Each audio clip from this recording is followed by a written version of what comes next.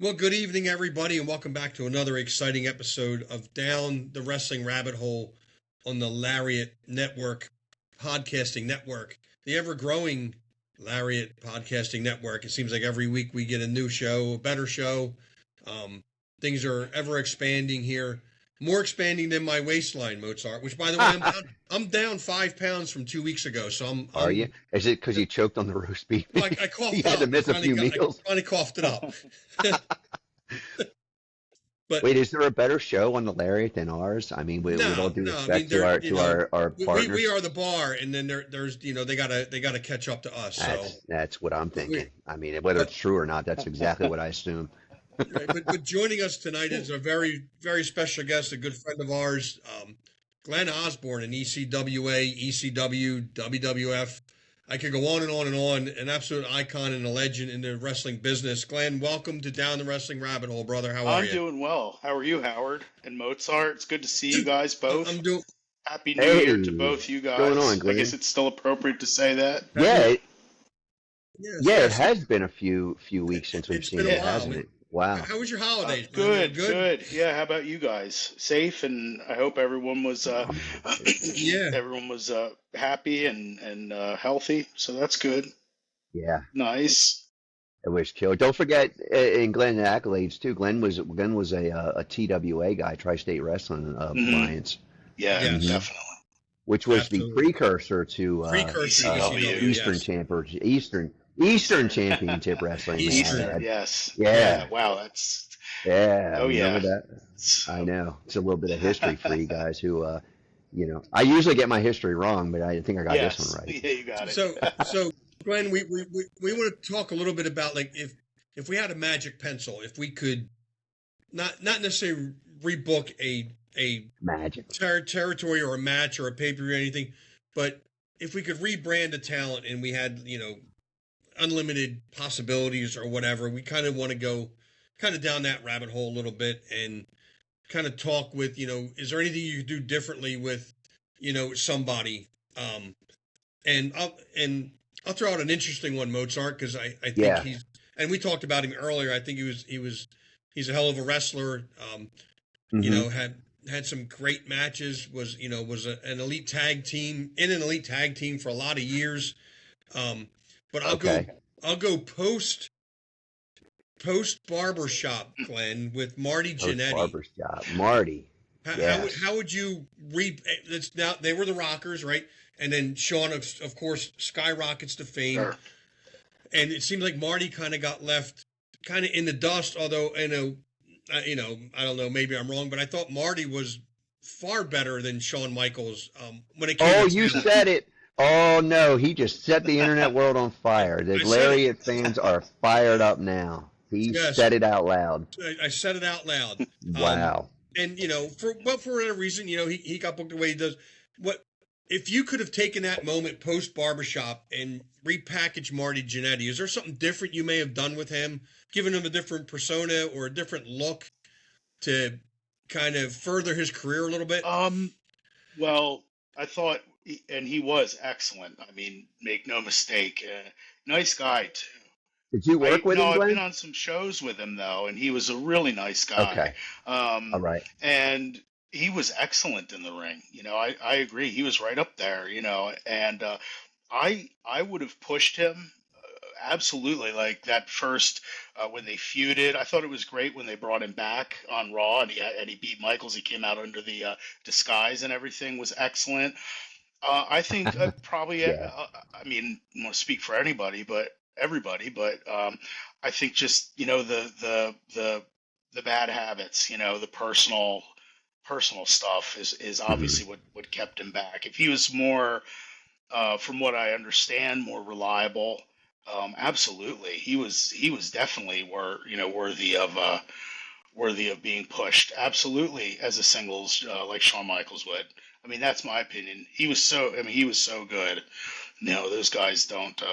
Not a lot of them anymore. So, but I hear he's in bad shape now, from what I've heard. So I've seen some doing recent better. shots of him, pictures, and yeah, he he didn't look too great, but I mean, he claims Yeah. in interviews and things that he's doing I mean, I'm fine, but Facebook friends with him I for don't know. whatever that's worth, but I do see updates and, Yeah. you know, yeah, I know his ankle and foot were really messed up, like infected really badly, Oh, so okay. for a while, but yeah, I guess he's doing better. So, yeah, I think he would have been awesome, especially during that time he was there. He and Michaels could have, he could work with anybody. Yeah, so if it wasn't for the Hmm. bad habits, I don't think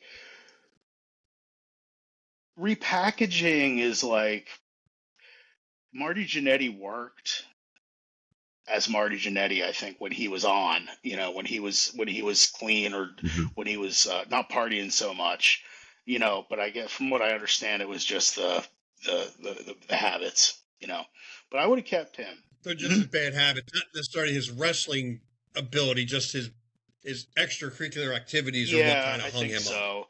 Because he had all the ability in the world, and he had a good, good build on him, and that's what a junior heavyweight as we called them, junior heavyweights. I guess now, what do they call Hmm. them now? I mean, is there any? There were cruiserweights. I don't know if that's a thing I anymore. They were think, cruiserweights, they were lightweights at one time. They were yeah, they yeah, I think that they've tried to, and I think this is a good move because of the size change Right. in wrestling and a lot of, smaller guys who are super talented. It seems they've taken the weight It classes seems out of like it, it. which makes sense. And they've rebranded things like TNA's for years, which is very smartly. It's just been the X division. It's a Yeah, that style style. rather than a weight division. But I've not seen a junior heavyweight or a cruiserweight branding in the major companies yeah. in a minute. See, a guy like Marty, though, who was an aerialist and all that, he was, 230 pounds probably in his prime, So Yeah. it stands to reason to me when, it's impressive when a guy with a build, something, Marty was well built, he was athletic, does something as opposed to, a 170-pound guy. I'm sorry, it just doesn't have the same impact. Yeah. I'm very old school with that kind of stuff. So, Yeah.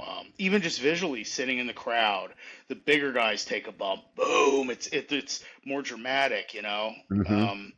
I've worked with right. big guys uh, in singles matches, tag matches, where the whole match is built off of them eventually taking a bump, eventually them coming off their feet, and the whole match, the psychology is built around.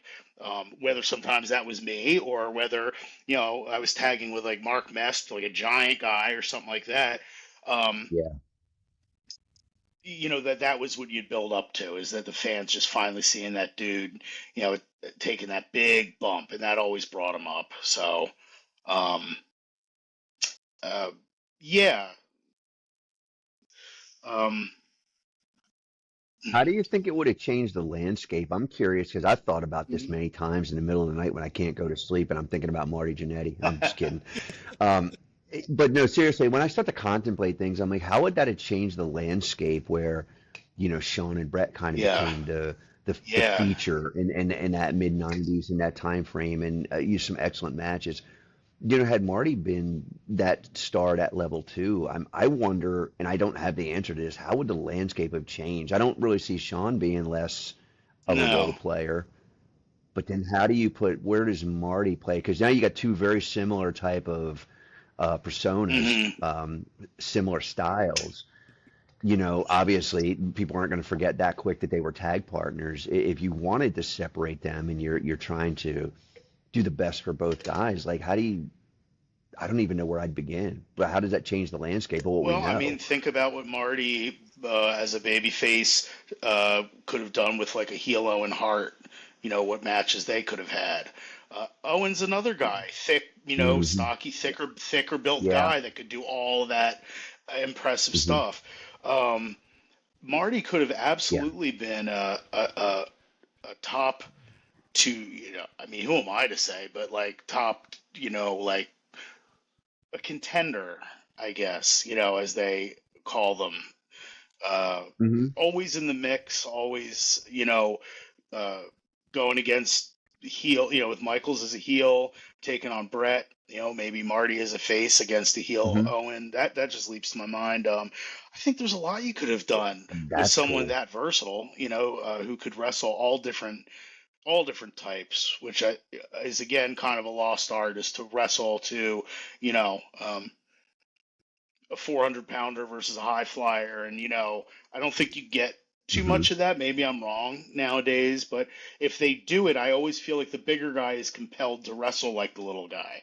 Like the bigger dude, they always feel like they have to be able to do the Hmm. flips and the drop kicks and all that kind of stuff. You know what I mean? The whole flavor of it has changed Hmm. that way. Mm. You know, once things were. Yeah. Go Marty ahead. Yeah. No, Marty I was comes just off saying, to me yeah. like a guy like in Mozart. We talked about this last week. I think like with the Hmm. Miz, the Miz.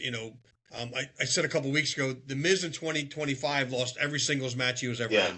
in 2025 for a solid year, lost every Yeah. match. But if he came out at the first Raw in 2026 and won the Intercontinental title, I wouldn't be surprised because the Miz is that kind of work, and Marty kind of strikes me as that way. Like you said, I think he was always a legitimate threat, or could have Hmm. been a legitimate threat to the Hmm. Intercontinental, to the heavyweight title, or even if he found a good tag team partner, he could always been a realistic title holder to me. Again, but other issues got involved, but I think that's what could have been. Like he could have had multiple title runs with multiple Hmm. titles, in his career. And he could switch between tag team specialist and singles very easily, which a lot of Yeah. people, that's not very easy to do. So that was another thing to keep in mind. I know they put him with Al Snow, but that didn't mean that. I mean, that was back when everyone was making jokey gimmicks and all that kind of stuff. Um, Yeah. those guys, Yeah. they should have been used way, way better than that. Not in that goofy New Rockers thing, but maybe those Hmm. two could have been repackaged as something. As That good would as have the been two of them cool. were. Yeah, Yeah. definitely. So. Well, that brings to mind, you make a great point because I'd forgotten about the New Rockers, and I'm a Now Snow fan. I Hmm. love his work. Um, as in, kind of like you had Stan Lane and Steve Keirn were the fabulous ones, but Stan Lane and Bobby were the Midnight Hmm. Express. So you could have had a completely different Yeah. team with still with viability and also be able to go off and do singles. An interesting point that you made because I don't make it any secret that tag wrestling is Hmm. my favorite thing to do. I think there's so much you Oh can do yeah. with it. But I like singles as well, and I always like kind of moving in and out of tag and singles. Even as the Chick Magnets, we had our singles Yeah. things. But it's interesting because you could take a guy like that and like Marty, or any number of guys that were maybe split off in the tag teams, and one guy was featured as the a star and the other guy kind of faded Yeah. out. I think if you're a talented wrestler, that there should be there's money to be made. I guess in my older age now, Glenn, I've been kind of coming to the realization that, and I actually had this conversation with Jim a few weeks ago on the phone, that there's really only one reason to book. There's only one reason. Wrestling's a business, and it's to Hmm. make money. There's a lot of now creatively you can do it a lot of different ways and have a lot of Hmm. fun with it, and hopefully that your crowd buys into it and you make the money or Hmm. you pivot or you're going to go Yeah. out of Right. business, right? That's how the grassroots guys would do it. Um, and talking about what we're saying is the imaginary pencil. What would we do with certain types of Hmm. guys? I'll throw one at you. One of the things that baffles me now, and it's on modern TV. I'm not sure how much you watch, and I just started to kind of stay relevant with talking to our being in contact in connect with our audience and being able to intelligently talk a little bit to some Oh of the shows sure. that are on now. Um, they seem to be moving, one guy in the direction of a heavyweight Yeah. title, and he's just indestructible. He's this unstoppable force. Then you get another guy that's, it kind of teetering on the edge of main event. It's almost the same. It's not the same Right. persona, but it's the same position. Is there room for that, or am I too old school in that thinking? Because I'm thinking of it more like okay, if you have Andre the Giant or you have Big Show, do you need another big guy? They did that. They Mm. tried that in WWE. Well, you have Big Khali, but you see where it went. He got a half-ass push and whatever. Is that just neglecting your talent, or is it really difficult to do when you're trying to position two guys whether their persona is exactly the same or not, in the exact same position. This guy, everybody in the locker room's afraid of this guy. Everybody in the locker room's afraid of this guy. Okay, but you're saying the same thing 15 minutes apart in segments about two completely different personas, seemingly on two different trajectories that seemingly have nothing to do with each other. It's very confusing to me. So I kind of wanted to get your thoughts as a, a really a classically trained They're thinker at that Shakespearean. point. No, no. Yeah. Well, Yeah, yeah. exactly. Yeah. Thespian, No, right? no, not at all. Um, yeah, I spared you from saying an yeah. old school guy because that has a Oh, that's all connotation. right. Like you're Oh, well, classically thanks, trained man. I in the ways of appreciate the it. arts. Old school is a Yeah, compliment, so I don't mind. You know, it is and to my me thing was too. always Yeah. if you're not in style, you can't go out of style, So I think that we could, I really think we could bring if promotion started, Love it. like, you know, if trying to understand your question with someone like, yeah, I mean, if you have like Jim Cornette says, if you have a promotion full of giants and you don't have Hmm. any giants, if everybody's an Yes, aerialist, you don't exactly. have any. So like, I don't know how they could have fumbled a guy, a couple guys like a Kali, a Braun Strowman. Hmm. Are these guys like great? Yeah. What the fans call workers? Are they great work? No, but look at them. You don't have to have them. I hated when they would take guys with big guys, huge men with that kind of a look and make them Hmm. comedy acts. That was the effing Yeah. worst. Like even way back to making Andre Hmm. afraid of snakes and all that, goofy nonsense. Right. Like a guy like Kali, all he needs to do is look terrifying, throw some chops, Yes. do some headbutts, and it's the way he's positioned and pushed, and how people will work around him. That's a lost concept. You can work around somebody to make them Yeah. look extremely strong. You could all know that. Um, they Hmm. could have done a ton with him. He doesn't have to be great, but he looked terrifying. Use that, like Hmm. don't play to what little strengths he had. Don't make him, oh, okay, so he can't wrestle, he can't wrestle all that well. We'll make him a comedy act. Same with Braun Strowman. Maybe he wasn't great, but he Right. looked like that. Like you have to have.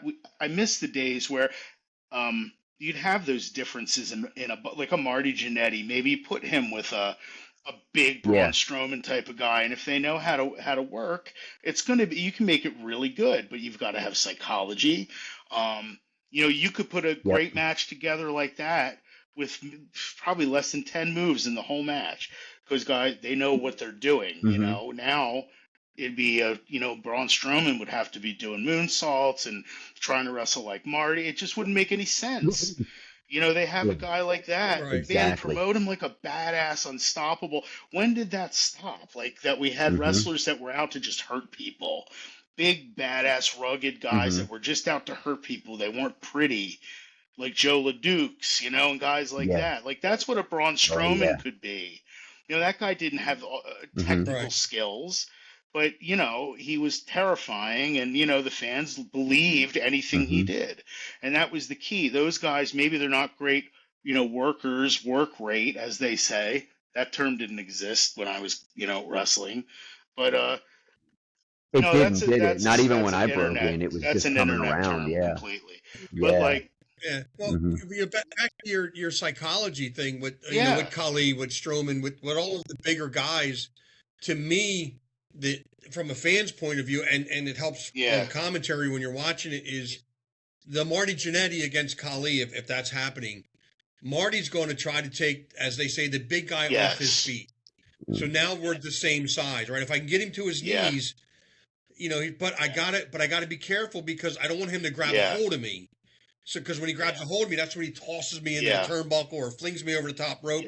So I gotta be a little more strategic. I gotta Stick throw a and Mozart move. drop kick and hit him in the shin. Yeah, And right, and think of how and a stick and guy like move. And Marty could sell for him, and take those big bumps and yeah, look credible doing it, not look like a little dude that needs to be thrown. Like, if he tosses a guy like Marty, it's really impressive, you know.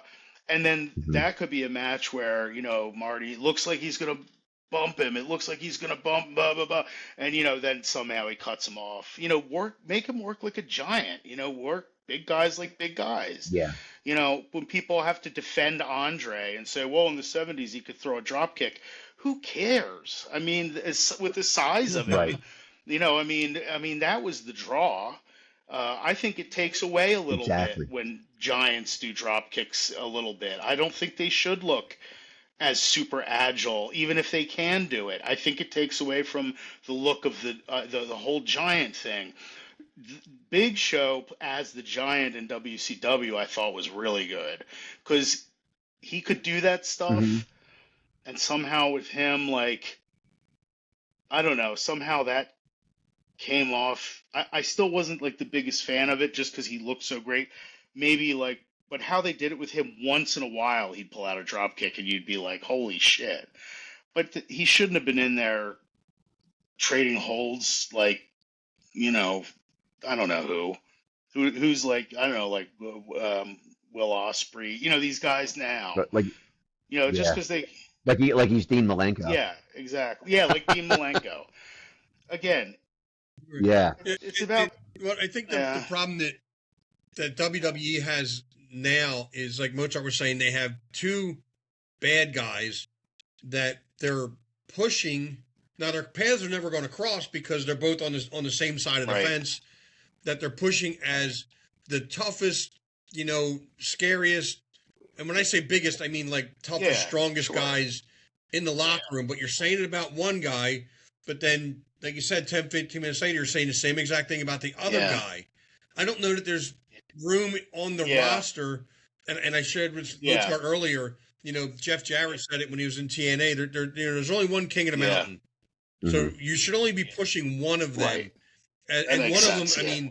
one of them looks legitimately like a tough guy, very young kid, got lots of speed, but he's devastating in everything that he does. And the other guy, to me, is just clumsy and not very believable as a tough guy. Which ones are these? I'm assuming I think when Braun Breaker. Yeah, so they're pushing him. I would Yes. change. I was thinking about it earlier, and I'm like, what do I not like? What's not resonating with me? Braun's got pedigree. I mean, the kid's a college athlete. We know who his Sure. family is. He looks scary. Looks rugged, runs like yeah. a gazelle. Great, yeah. I think I would rather see. Gunther is not technically skilled enough to be called a ring general. When I was telling Howard when we spoke earlier, a ring general from us on the inside, I'm going to pull back the curtain just an inch, is somebody like you, Glenn. It could be a big man. It doesn't matter the size, the style. It's somebody that can lead a match, that is always present, always knows where they're at in the ring, always knows what's to do, can always right or wrong, and steers the ship. It's not believable to call him that. I would love to repackage him as a brawling, scary, maybe bodyguard-esque type Yeah, that of would be cool. persona. Sure. I think I could. I think I could buy that because it's much different than you have two straight ahead wrestlers who don't have much of a way of a cartoony gimmick. They're both pretty straightforward, pretty serious personas. And I feel like they're putting them on this trajectory. It's like they have to meet at some point, but it doesn't make any sense that they would. Right. Not anytime soon anyway. And it's very confusing to me when I watch, and it's maybe because I don't know, maybe it's because I know too much. I don't know. Maybe fans, it's resonating with the paying public a little better than it is with me. But I find it hard to be like, okay, well, I'm watching Gunther and he's cutting his promo and they're telling me that this is the guy everybody's afraid of. Nobody can beat him. He's retired Goldberg. He's retired Cena. He's gonna, oh my God, now he's chasing AJ Styles. And then Braun comes out looking the part, looking like he would rip somebody in half, moving like a gazelle, and he's unstoppable too. Yeah. Who can take this guy? Who can stop? Well, you're saying the same thing about two different Right. personas literally 15, 20 minutes apart each Hmm. segment. So very confusing to me, which got me thinking about how things were done, in the past and how they, Yeah, presented guys up and down the yeah, roster. yeah, Because I think they do a lot of, there are things they do really well today. But I think there's some fundamentals that have been lost too in just the storytelling aspect. It's like you can't really confuse the fans and then wonder why a talent didn't get super yeah. over, Well, I you mean, know? aren't there writers now? There's not real bookers, right? I mean, it's Oh writers. yeah, I mean, your answer's right there. I mean, let's be yeah, honest. I mean, it's not, yeah. it's Mhm. not people that know wrestling who books AEW. Tony Khan, he doesn't know. Come on. No disrespect to anybody, if I mean, these are just my Yeah, opinions. Um, so take them yeah, for what they're worth. But you know, like that's not a booker either. That's they were called money marks back then. And yeah. You'd hire somebody to do yeah, and most your people who booking. put the money into it do it because they want to be in the business and want to do the booking. If they can't wrestle.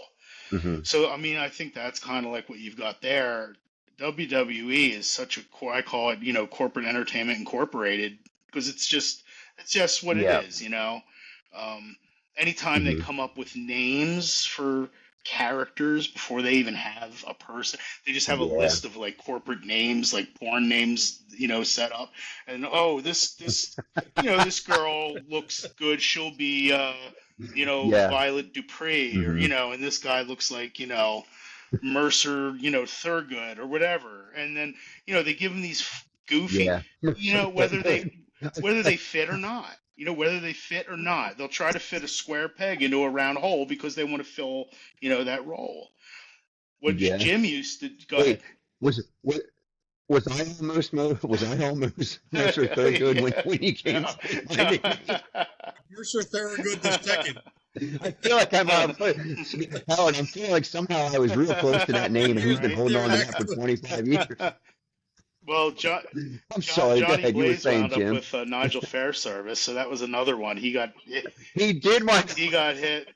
Yeah, I can't. That was another one. But Jim and I laughed like hell over that. But so anyway, Oh my God. anyway, so yeah, Great. um, but yeah, like that. Sorry So to I don't sidetrack you. really look at it like bookings being done. I kind of look at it like Uh-huh. writing is being done to appeal Mhm. to the mainstream audience. So it's not really It's not really Mhm. book. This is again my opinion. I mean, who books really? Like, is that Triple H that does that? Just kind of approves what the writers You are know, writing, or how does that even work? I'm. I feel like I don't know the It's so inside of the different from when structure, but I I feel like there's a went up lot of there. Yeah, writers. I feel like he's listed as the executive producer, which probably means at the end of yeah, the day, maybe he doesn't specifically write everything, but he pretty much takes credit for it. I pretty much that's what executive producer means to yeah, me. Um, I don't really like. I'm not a fan of his style because I feel like he's very openly will tell everybody what he's doing and why he's mm, done it. I think that being I'm gonna say that I'm old school too. Being old school and watching probably the last of the old school guard, the old bookers do it. Watching, Dennis at the end of, his life, unfortunately, watching Jim, who is just, I mean, he's a yeah. genius on many levels. And he'll be the first to tell you, he goes, "Oh, I've had some bad ones." Yeah, I don't know, man. Like everything pretty much looks like it was a home run. Um, but it was because he was so engaged and these bookers were so engaged with their talent that number one, and you can attest to this, when you were hired, he laid out a plan for Yeah, you, Glenn. I'd like you to come work for me. I have this plan, and let's meet for dinner. We're going to talk about what I'd yeah, like to do, get you on board. And then you're very engaged because now you have yeah. a say.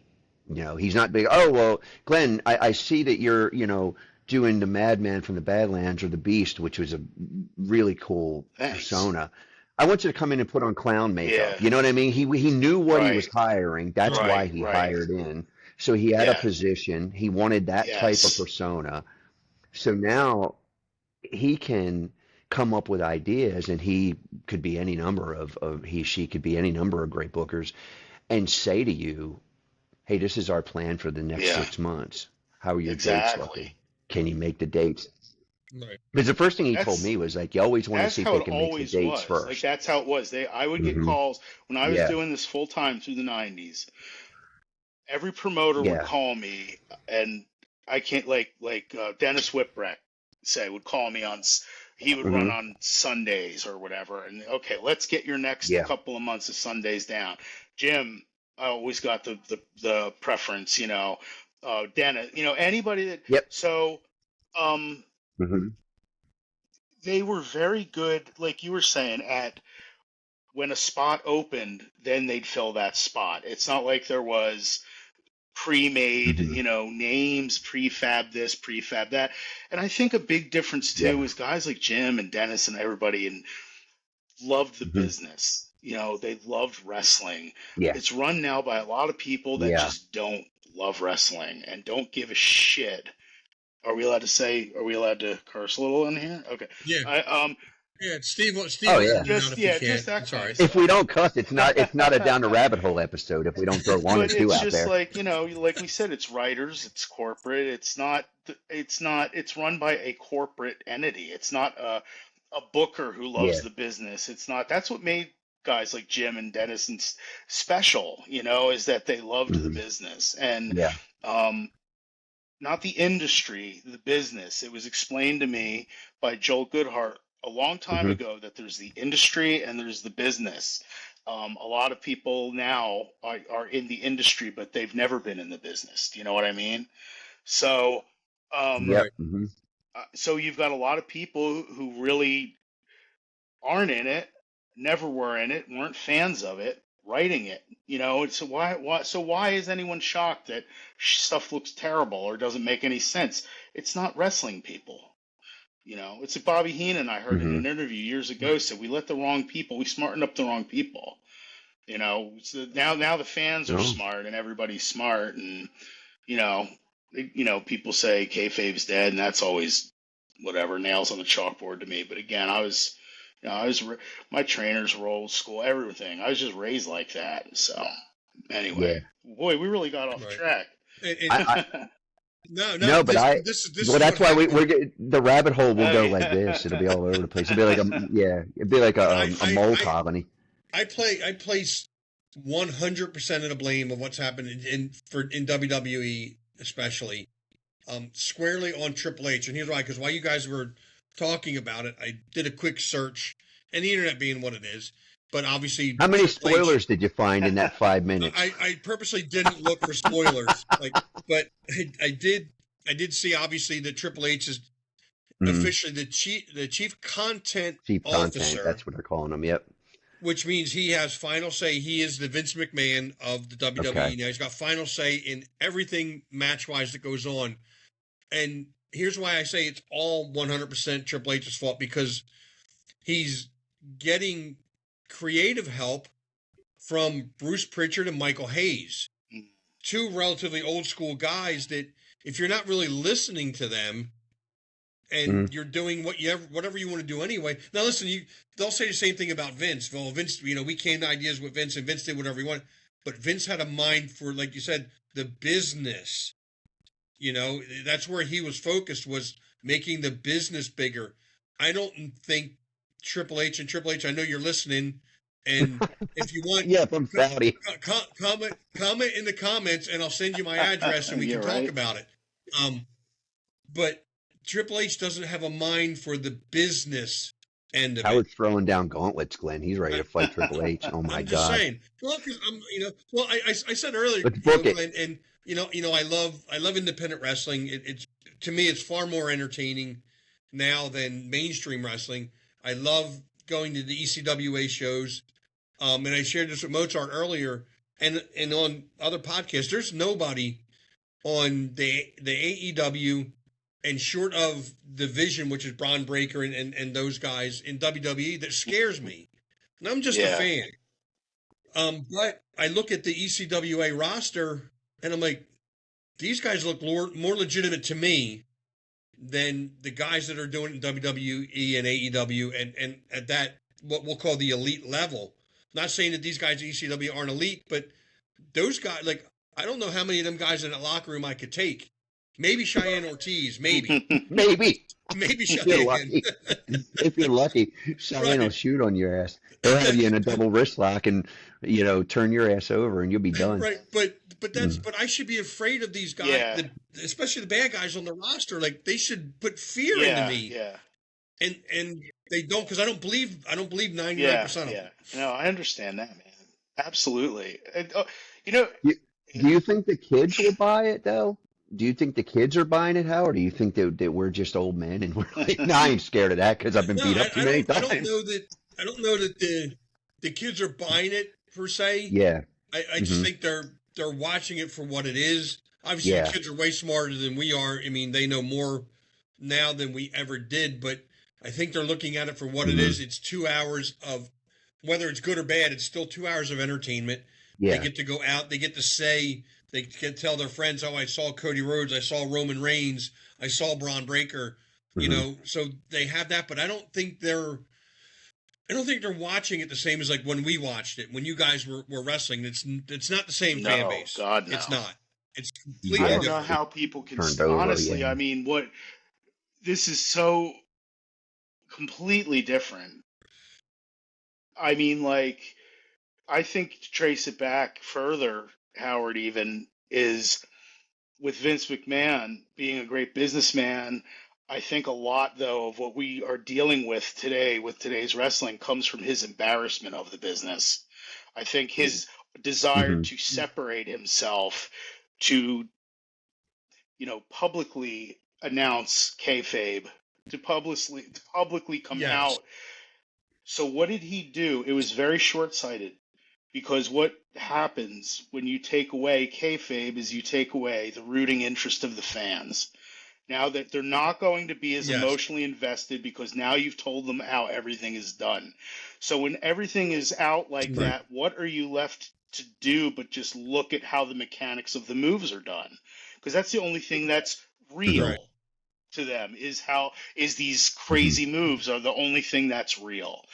You can't, they don't believe anything. They don't believe any kind of work anymore. Like you can't, I was taught that no matter what your style, even if you were a punch and kick guy, as long as you were believable, that was what counted. Everyone wasn't Hmm. supposed to work the same. You'd put a punch and kick guy in this match, and you put the high flyers in this match. Sometimes you put them together, whatever. But like when you take away the rooting interest of the fans, you look at it just like a TV show. It's clinical. You know, You're right. Even if we knew coming up that it was manipulated somehow, you didn't know how. You just went with it. Hmm. I don't ever remember talking about, oh, I love Barry Windham. He just got signed for blank money. That's all they talk about is the money and the Hmm. pay-per-views and the buy rates. First of all, I've never bought into this levels shit. I've worked for, Hmm. I've done stuff with WWE all the way to the lowest, shittiest independents and everything in between. And Hmm. fans don't know how it really is. They think they do, but they don't. The levels are not what you think they are. I mean, levels, it's really based on Right. TV, and stuff clearly, but believe you me, there's plenty of independent talent out there that could work circles. And I mean real work, not doing the most athletic Hmm. moves. Right. Um, I think one reason you don't see WWE people bailing out and going on the independents now is they get trained. They're not being taught how to work or how to get over. They're being taught how to follow scripts and do moves. Huge difference. Hmm. And they don't do house shows anymore, so they're not going to get to polish their skills doing that. Um, Right. Right. so uh, nothing's going to change. I mean, as long as it stays like this and stays all about greed and just, moves and flash and, hot girls and these guys and promos and scripts, and it's not wrestling. Not to me. It's not pro wrestling. And, if you want to argue with me, fine. Tell me who the Fields family is. Tell me who Christine Jarrett Hmm. was. People want to talk about people that set the stage, these are the people that really brought it. The Welch family, Hmm. Yeah. Fuller Welch family, people like that. Do you think Oh yeah. anybody in WWE could tell you who those people are? I mean, I think that you should learn Maybe Michael Michael Hayes could. Hayes, maybe. I Maybe. say, yeah, maybe But Michael Hayes. you Yeah. know, About it, people right? you can't tell me that there's love for the Yeah. professional wrestling business. These people Yeah. don't know. I bet they don't even know who Greg Valentine is. You know what I'm saying? How are I you would be supposed surprised. to, I wouldn't be surprised. if Yeah. you don't believe what you're doing, if you're playing a character, how do you expect the fans to believe what you're doing? This is one of the fundamental problems now, is that lack of Hmm. rooting interest, that lack of emotional investment. And we can thank Vince for that, for exposing every effing Hmm. thing, you know? So, Yeah. Well, Yeah. when he said, when Ted Turner, I apparently had a call with Ted Turner and said, "Oh, Ted said, oh, I bought a wrestling yeah, company," and Vince's reply was, "Well, that's good. I'm in the yeah, entertainment we make business." movies. No, Vince, you own Yeah. a wrestling He, company. he, Oh he said, Lord. I'm in Like, the garbage I, business. I, He's been quoted as saying, my yeah, I father almost, did professional wrestling. I I almost, do entertainment. I hate when yeah. I almost I, thought Howard. I almost thought Howard said that he had a call with Ted Turner, and yeah, I was like, that'd be really? How did nice. that go? No, no, no, no. Wait a minute. My brain is all over the I place. just love, But no, you're right, I just Glenn. I'm love sorry. wrestling, and I I love do too. professional wrestling, and I always will, and I keep up with what's going on to keep up, to not sound completely behind the times. So I probably still am, but but I keep up with it through podcasts Yeah. or clips, but I don't sit down and watch a show. I could Hmm. never. Last time I tried to watch a full, like Raw or something, was when I was sick and I was locked up in the nursing home during COVID, and I couldn't bear. Had to Oh learn how to wow. walk again and all that. And watched a Hmm. Raw, and I couldn't, in bad a condition as I couldn't take it. They had that, what's his name guy? And you learned how to walk. I know, I know I had to go from the hospital into a nursing home. I told you guys all about that Oh stuff. my God. So Yeah. Yeah. yeah, I Oh mean, yeah. I went from the ICU to the hospital to the nursing home, and this was all during COVID, so I was locked in there. Hmm. But I tried watching a Raw, and Jesus. I couldn't. It was when they were doing like the bumps, and they'd shake the camera. This was like around like 2021, probably. It was then. You Oh, remember all that? that was And the it was so dumbest. Yeah. flashy. It was Yo, Yeah. like, holy shit! And that one guy, what's his name, was on there. Nakamura, is that it? Like acts like a rock star? Shinsuke Is that it? And Nakamura. he like plays air guitar and all that shit. Yeah. Yeah. Yeah. Yeah. Oh Shinsuke my Nakamura. Okay. God. Yeah. I Yeah. was like, Hmm. what? You know, laying there. You know what's bad, Mozart, is when he was in that nursing home, as bad a shape as he was in, he would Hmm. still outwork Well, anybody on the card today. no, No. No doubt I wouldn't about it. say that. Yeah. I no, but to put in, No, I would. That's but why I there's, said it. That's but, how you healed yourself. Magically, you jumped up like but, Jesus, touched your forehead, and went and changed that channel, but didn't you? I'll tell you one thing though, I will not say that there are no good workers today, because like some people say, well, there's been Mhm. nothing good since like the territories.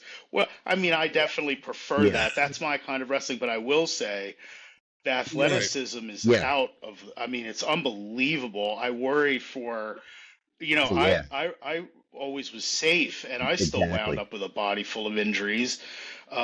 So I worry when I Hmm. see like all these hard bumps into like the guardrails, and into the posts and the steps, and I'm thinking, oh my God. But Y- amazing that way, and there are some that, I think that really can work. That are real workers. Yeah. I think they're a lot fewer and far between than they should be, but there's definitely a lot of talent there. I fear that they're not being taught anything except how to do like that style, Right. which is not going to be good for longevity. We were always trained for No, it's longevity. If you're going scary. to work, Hmm. I mean, honestly, when I was wrestling, we probably had more matches, probably in a year than they probably have, I don't know, in two or three at this point. I mean, I don't y- Hmm. remember. by the time I probably had like 1,500 matches under my belt, I wasn't, you know, probably out of my 20s. So, but Wow. they I just fear that it's the repetition, it's the reflex. It's got to be reflex, boom, boom, boom, And Hmm. I fear they're Wait, not getting taught that. They're not getting enough chance to go out and do it now that there's no house shows. Because some of those talents, man, they Yeah. look great. They can move. I mean, there's really some talented people up there. Oh yeah. So it's just kind of a shame that they're not more in the professional wrestling world than the sports entertainment. But hey, that's where the money is. That's where the TV is. And if I had to do it all over again, I would have looked at it much more like a business, and really would have taken advantage Yeah. of television a lot more. But hindsight's 2020. Um, you talked about working safe, Glenn, and I just it sickens me a little bit when I see a guy, and I don't watch AEW a lot. If I see one show a year, that's a mhm. lot. Um, but I just saw a clip on, I don't know, TikTok or Instagram or one of them things. Mm. Darby Allin, 33 years old, probably won't Oh make my it to God. 35. He took a bump on the steps, and when I say on the Oh, I steps, saw not that. on I not saw on the that. flat part of the steps, Glenn, but Yeah. on the ridges of the risers Oh my going up the God. steps. I'm like, why? Yeah. Why would you do that to your body? It's a For the sake shock of a factor, cheer, but or it looked. Am I right, Mochar? It looked yeah, horrible.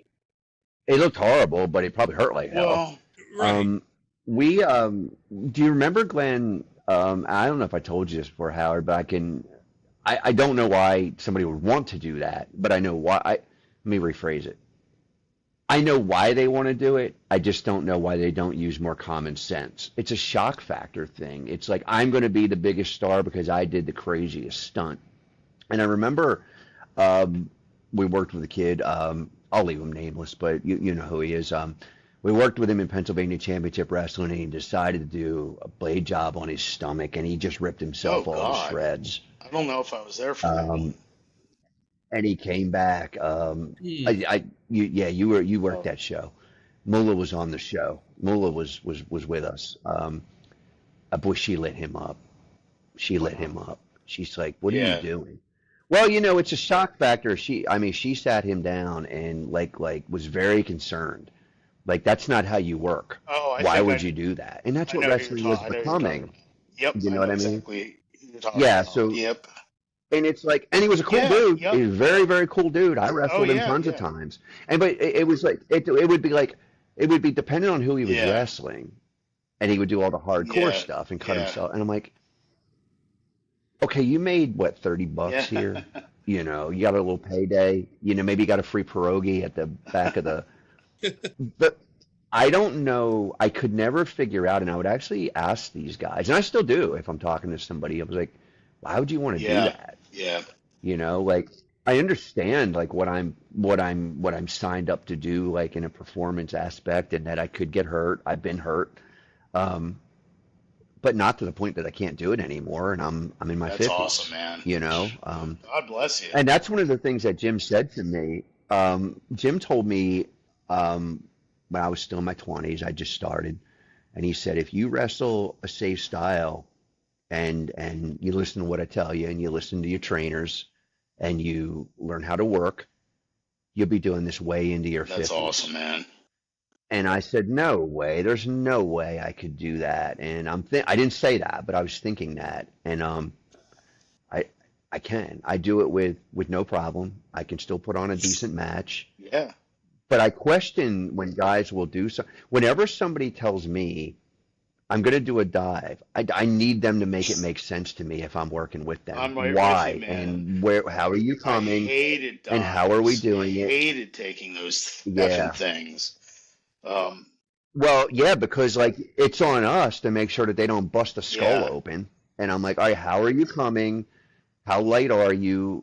And some guys were very light on their feet. Some guys hit me like a freight train coming out of there, Cheetah Master. We would do a spot hmm where I'd be on the floor and he'd get on the top rope and Oh, dive I off remember.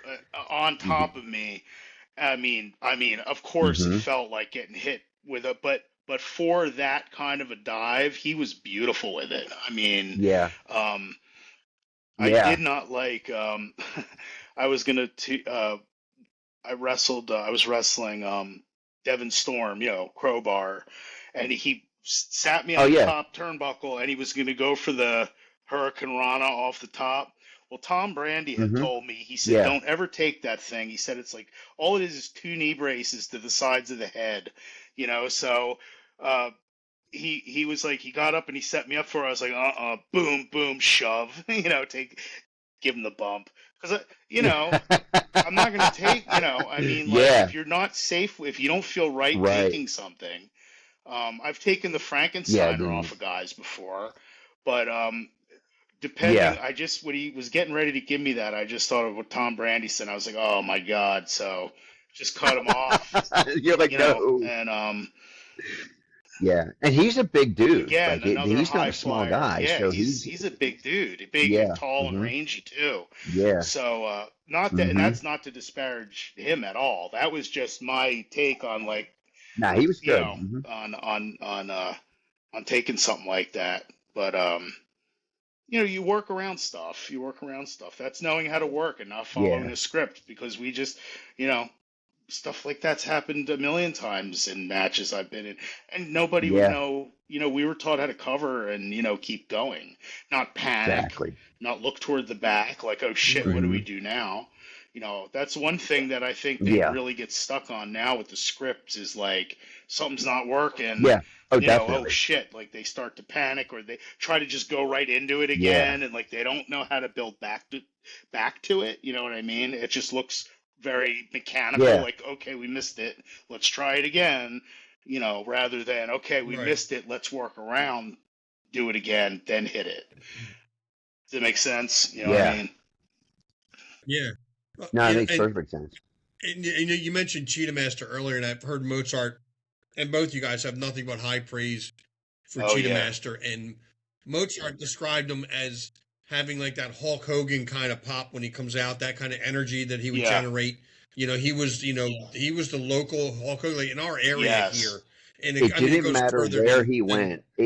right. I'd never Well, heard, probably, and I'm trying to think long and hard, and I've seen, Glenn, we've seen national stars come out. I mean, you worked Mick when he was doing Mm. Mankind. I've seen a lot of pops. I don't know that I've seen any crowd blow up like they did for Cheetah Master. He is When electric. I It's and unbelievable.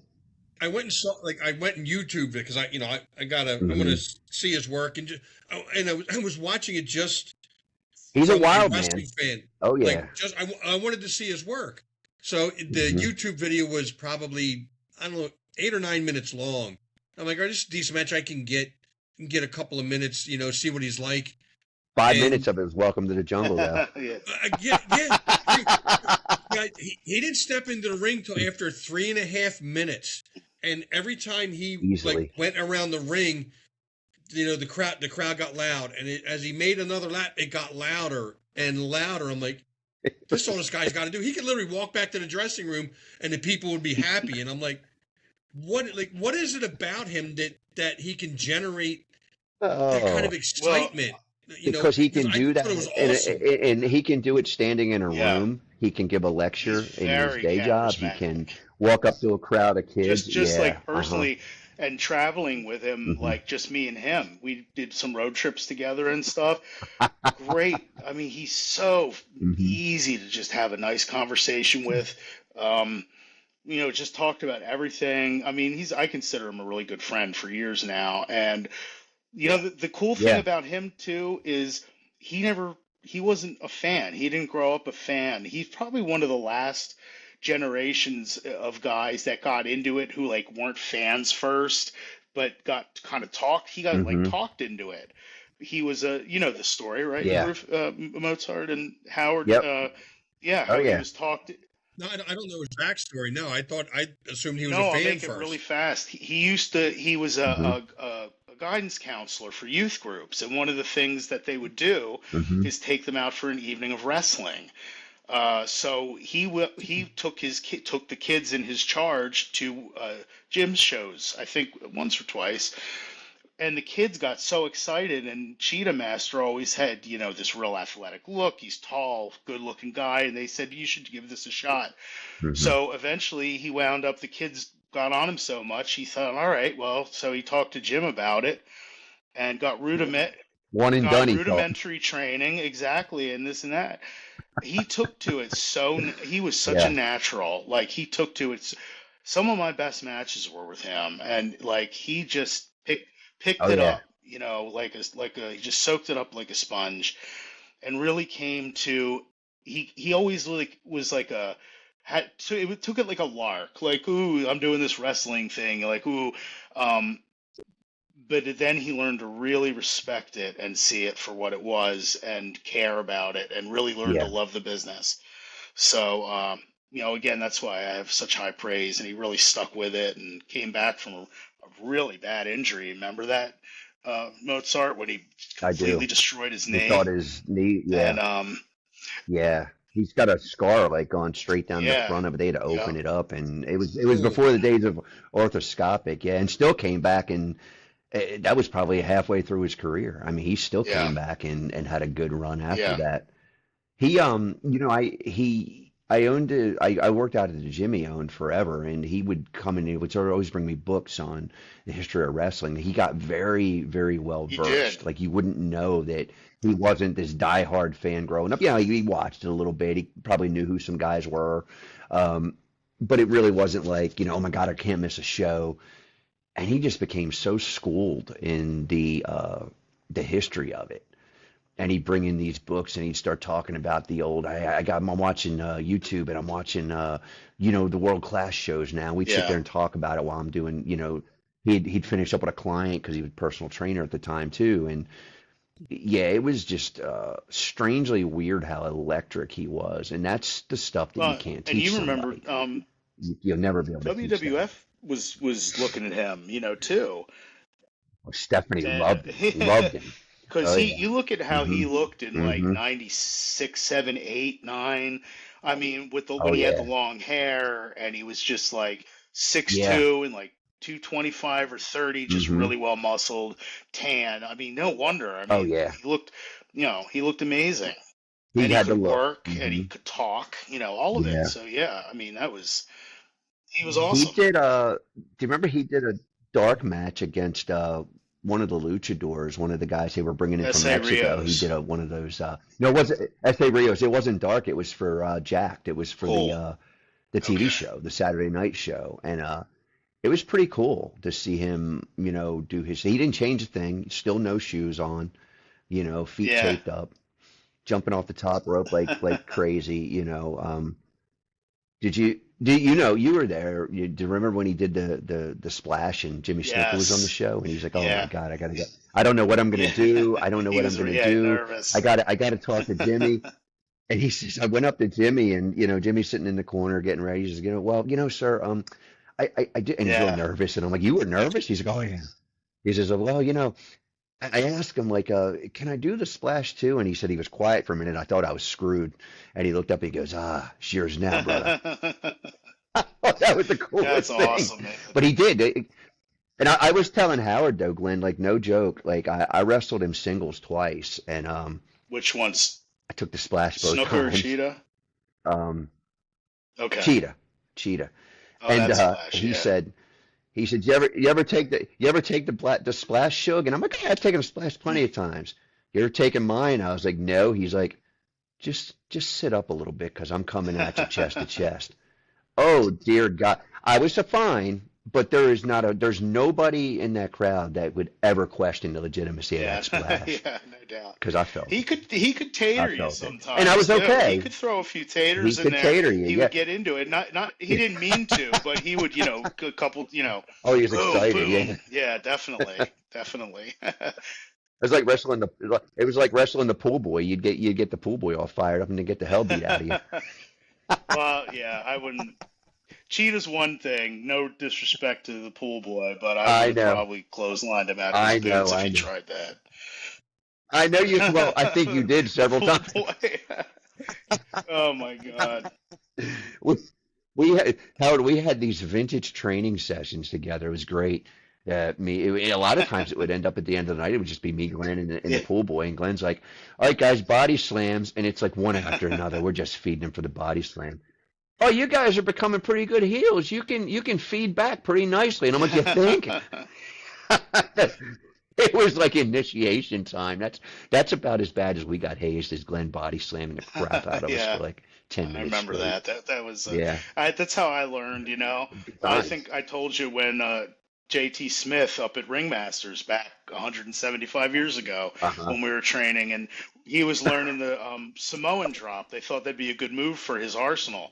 So I was the Oh crash Lord. test dummy for that whole night. They just kept shooting me in, picking Samoan drop, boom, boom, boom, till I was like Yeah, that night I was probably like dropping it out of my yeah. bed, boom, Samoan dropping onto the floor. Jesus. But yeah, that's how I so Until he learned it's to. repetition.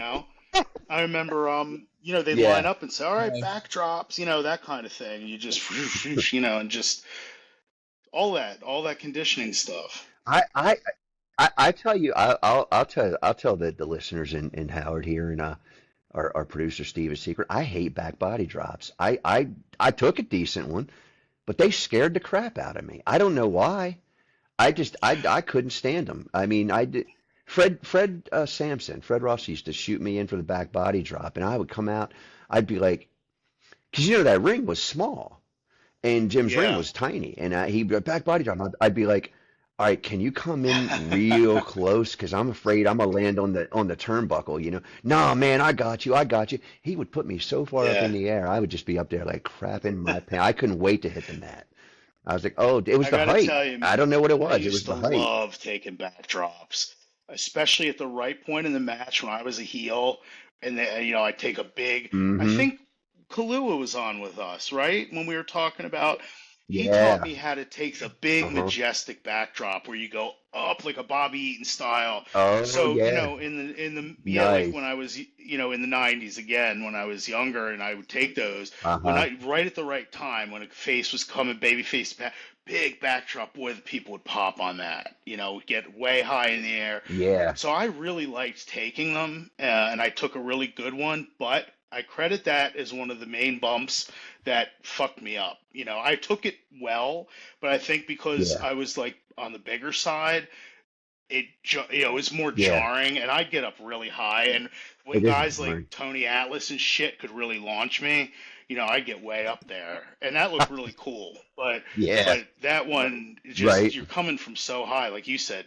Mozart, you're coming from so high Mm-hmm. that even a safe bump, you do that so many times, and you're not going to be walking straight, Yeah. you know. So I would try not to go high, and they would just put me in. I yeah, mean, these guys are bigger than me, and they would just put me in the air, and I'm like, oh dear God, yeah. here we The go. I One 1,000, I'll two tell you a 1,000. quick. Oh, I'll tell you you know. just a quick story. I was wrestling. There's at a venue called the Flagstaff. It's up in Jim Thorpe, Pennsylvania. I think ECW used to run there. Um, and I wrestled there. I forget which promotion it was. I think they ran out of Virginia. But anyway, the building was on top of a mountain in Jim Thorpe, Pennsylvania, and it had the ceiling, floor to ceiling windows the whole way around. So it was a little odd because like the fans were all on the floor in the bleachers, but there were the two sides where it was just all windows, and it was a little disorienting. And I took a high backdrop, and when you're up there and you're turning and starting to come down, and you look around and it's all windows, and there's like no. I felt totally unmoored from reality for a few seconds, hanging up there as I'm starting to come down, because there's just windows around me. It felt like I was on top of the mountain, like I was taking like a 5,000 foot backdrop or something. But it was weird, man. I used to when I think there were. I'm pretty sure you used to call that. We used to do that when you and I wrestled, and you say, "Come out for the big back body drop." I wanted to say, "Is there a small one?" I don't Yeah, want to go right. that high. I don't want Oh, to. Please. Jesus. But the funny thing is though, is I never minded. I always loved like wrestling you and Blue Thunder because I like taking the gorilla press Oh, right. slam. I mean, it's just as Yeah. high, but it felt more safer control. to me for some reason. I didn't like It's being, all, yeah, I didn't yeah, like, because it was also an illusion. Yeah, because you'd start bringing me down and the release is really waist level, but because you had that control coming down, it's the same yeah. bump, The but backdrop, it's like a lot less there's a scary. lot, on the guy Uh-huh. launching you, but it's like all you to Hmm. like turn and come down. Yeah, So, right. JJ wouldn't take backdrops, if you remember. He wouldn't take them. Yeah, I remember we would go through them in school and they made me nervous as hell too. That was one of the few things that made me really nervous. Yeah. Because there's no control, like you said. Like They're once you've free-falling. Yeah, released the guy, yeah, it's like I'll take a suplex all day long. Like, how far are sure. you throwing me? Like, are you going to be Well, with me? yeah, Like, I um, used to pause back. Hmm. like, and it, Go ahead. yeah, if it's a multiple bump too, I was telling Howard because we did a multi-man sequence in the last match I wrestled with Royal and Aiden Chambers, and it was the bump is very safe because you got three Yeah, guys coming down to yeah, disperse the weight. So I always feel like the more of me or the more of people that are hitting the yeah, mat, obviously the less my body, and I think that that's a really good thing for young people who might be looking to break into wrestling to realize is that's part of being safe too. Like if you're going to take a big spectacular bump, try to do it with as many people as you can because it'll elongate your right, career. That's way less impact on your body. That's a third of the impact on your right, body right, scientifically, right, right. in terms of like body weight and distribution. You remember that was one of Jim's big things, Howard, is when Jim trained, he would always be like, wrestling is like science. It's math. It's body weight and distribution. Yeah. Do you want as much of your body to hit? And even to this day, Jim says, God, it makes me so nervous watching. A couple of weeks ago, I had a chat with him. Makes me nervous watching these kids now take these German suplexes Oh, because they're putting each other right on their neck and their shoulders, and Yeah. it's not flat. And then the bridge, it's like boom, like right on that high yeah. part of the neck, and I that's going to it does cause Actually, problems, I just had lunch with Jim on Thursday, and we were talking about the Oh, buckle nice. bomb and how that's effing people up too. I Oh, mean, Jesus, you. yeah. I mean, again, back in my Hmm. day, but like you'd have gotten probably canned, or you would have had to really, I know. you would have really had to clear that with the promoter and your opponent. I mean, if someone just saw that, they'd be like, "What the Hmm. fuck are you doing?" Because that's anything where Yeah. it's not controlled like that, you're always running a risk. So, Well, the throw in the corner too. Howard, we were talking about this. The thing that Sami Zayn does, where he throws them in the corner and they fucking land like with feet on the top turnbuckle mm, and get head on the ground. I accidentally took that because it was supposed to be an over the head throw, and either I went too far or we weren't positioned right, and I went right into the corner like that. mm. And the referee was Paul Turner, who you guys know from AEW.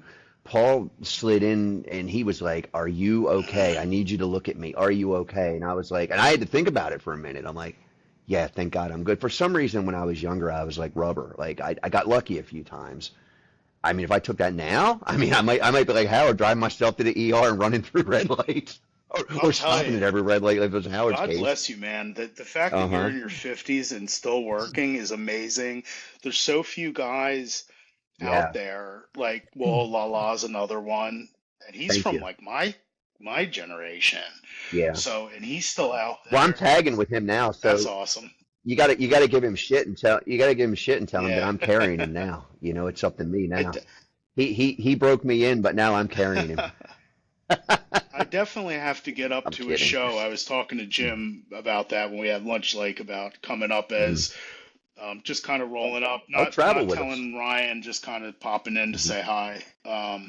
He said the next show's the 14th, I Yep. think. So, March Yeah. Yeah. 14th. March. Super Yep. 8. so and Yeah. Well, the last time I spoke with him, I told Ryan, I said, "Hey, Glenn might come up." I said, "Is that?" He's like, "Oh my God, he's welcome to come anytime." And I was like, "Hey, listen, I just don't want you kicking him out when he comes no, in. I All right?" No, I'm appreciate just that. I fucking was with just you. gonna say I'd be I'm just only joking with escorted you. out, I'm show him only the joking door. with you. No, that's fine. Yeah. I'm always In, happy. in, No. in through the front door, out the back door. I mean, Yeah. and just, any fans listening that are in the area, if you can get to an ECW, Mhm. independent wrestling, It's either Oh seems to be yeah. either really good or really bad.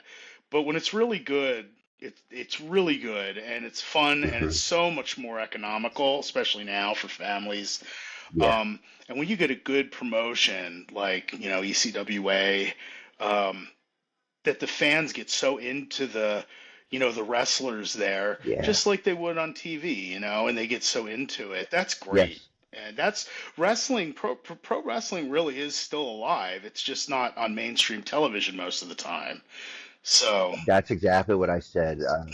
I always said, I've been saying like wrestling. I told Jim this. We had a nice conversation, like I said, a couple of weeks ago. I was like, it's dead, man. It's dead on TV. That's the rose in the vase that's withering. yeah, It's yeah. dead. God, I hope the indies can revive it, It you could be know. a good time Um, if they could get their heads out of their ass. I don't yeah. mean ECW. I mean like generally the independents and Yeah. stop being, acting like Hmm. backyard BS. People see that stuff Yeah. like that. We just Hmm? um we just had a Howard Knight last week. We interviewed two younger guys, both Southern guys. We had oh Howard, what was the kid's name we had on Wednesday night? He was really Adam cool. Davis. We had Adam Davis. I knew Adam was it. Really, I apologize, Adam, if you're watching. I really enjoyed. I just didn't know him, and I had no clue who he even existed. Very, very Two whole nice years in the kid. business, Glenn. 2 whole Wow. years. Yeah. Wow. Um, and the young guys seem to, because I wanted to get the pulse of how they Yeah. felt. And they aren't overly crazy about what they're seeing on TV. Obviously, the goal is yes, I want to get a big time. I want to work in professional Right. wrestling. I want to be a wrestler. But what we're seeing on TV versus what we're taught is two completely different things. So it was a really interesting conversation, and we'd also had a chance a couple weeks ago to talk to Brutal Bob Evans, which you know Of Bob from course. the old Oh yeah. ECWA Bob's got days, a great and mind. Great mind. oh yeah, yeah, and Bob was very optimistic too about what he's seeing on Good. the independent level and helping out Yeah. promoters and See, training that's guys, one of doing the great seminars things. across the I country. love Bob, guys Hmm. like Bob putting out that Yeah. positivity. That's what I always wanted to Oh do, and I yeah. think, just putting a good spin Hmm. on it. We need more of that, And Yeah. he gives. I see his posts, Well, and he gives out some great advice for Doesn't he guys. though? Yeah, he really Great. does. There's nothing wrong. Mhm. and Yeah. what I liked about Adam was, he's only been wrestling 2 years, but when you spoke to him about his training, about some of the people that he watched and idolized, he spoke like he'd been in wrestling Wow, 25 it's years. amazing. Like that's the That's great. mindset that he's in, and I'm like, from a Yeah, kid it that's really got, he's professional. 21 years Hmm. old. He's had 2 years Yeah, experience. He's speaking like he's been wrestling, for over two that's decades, and great. I'm like, this kid's awesome. That's great, man. It helped. It was Mhm. very, hmm Go for it. it's optimistic, man. No, it's very optimistic. I didn't mean to No, cut you not at off. all. I love to hear what you have to Not at say. all. Hmm. Yeah, I mean, it could be an opportunity for because it seems like people are getting sick of the WWE's prices, and um, from what I've Yes. heard, it's just getting Hmm. ridiculous, and Yeah, it's it's a working ridiculous. man's sport. It always has been. That's the great thing about the Yeah. independents too. It's grassroots, as I always said. I was always Yeah, proud. that's what I I was love. always proud to be what I would call a grassroots boots on the ground wrestler. Not Hmm. but whatever. That to me was making it to be a working wrestler, and I like Yeah. I like that maybe that's coming back with some of the younger guys, and with Oh WWE yeah. and AEW. I mean, appeals to a smaller demographic, but it could be a good chance. Last Hmm. time the independents really rose to prominence was in the 90s. So with Yeah. ECW, and it helped all the independents. So maybe Hmm. fans will start turning back to more of their hometown independent you know, rather not pick. Don't pick Well, But the did you the one thing, find too? don't pick the big corporations to be your sorry, home team. Right. right?